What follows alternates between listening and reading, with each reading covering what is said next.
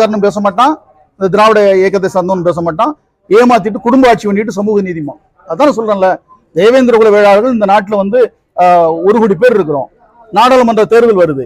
எத்தனை தொகுதி? நாகப்பட்டினம் தொகுதியும் தென்காசி தொகுதியும். கர்நாடக குடும்பத்துக்கு எத்தனை தொகுதி? அவங்களுடைய மக்கள் 10,000 பேர் இருப்பாங்களா? அப்ப 1 கோடி பேருக்கு 2 இடம், 10,000 பேருக்கு 2 இடமா?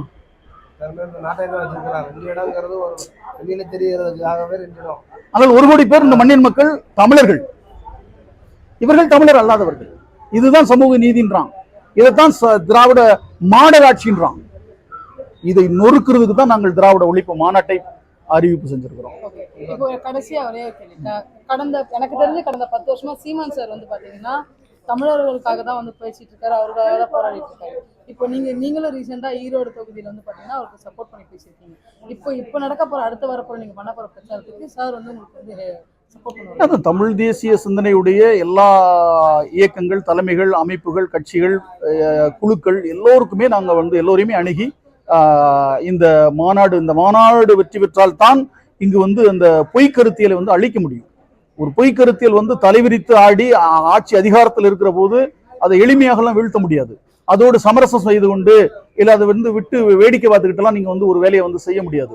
எனவே அதை வந்து இப்ப நாங்க என்னை பொறுத்தவரையில் தேவேந்திர குல வேளாளர்களை வந்து தலித்துகள் என்று சொல்லி ஒரு அரசியலை வந்து தெக்க தொடங்கினாங்க. இன்றைக்கு அந்த கருத்தியலை வந்து கருவறுத்திருக்கிறோம். அது பொய்யானது.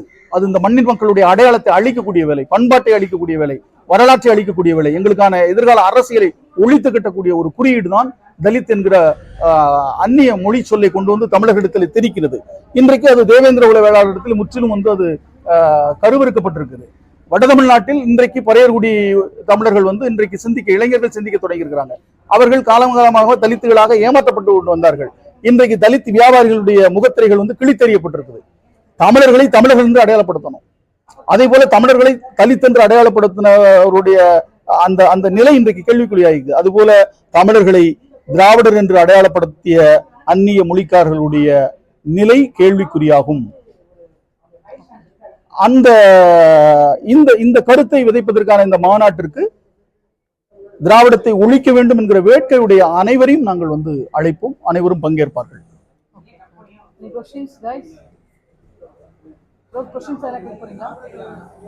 நன்றி பாப்பா.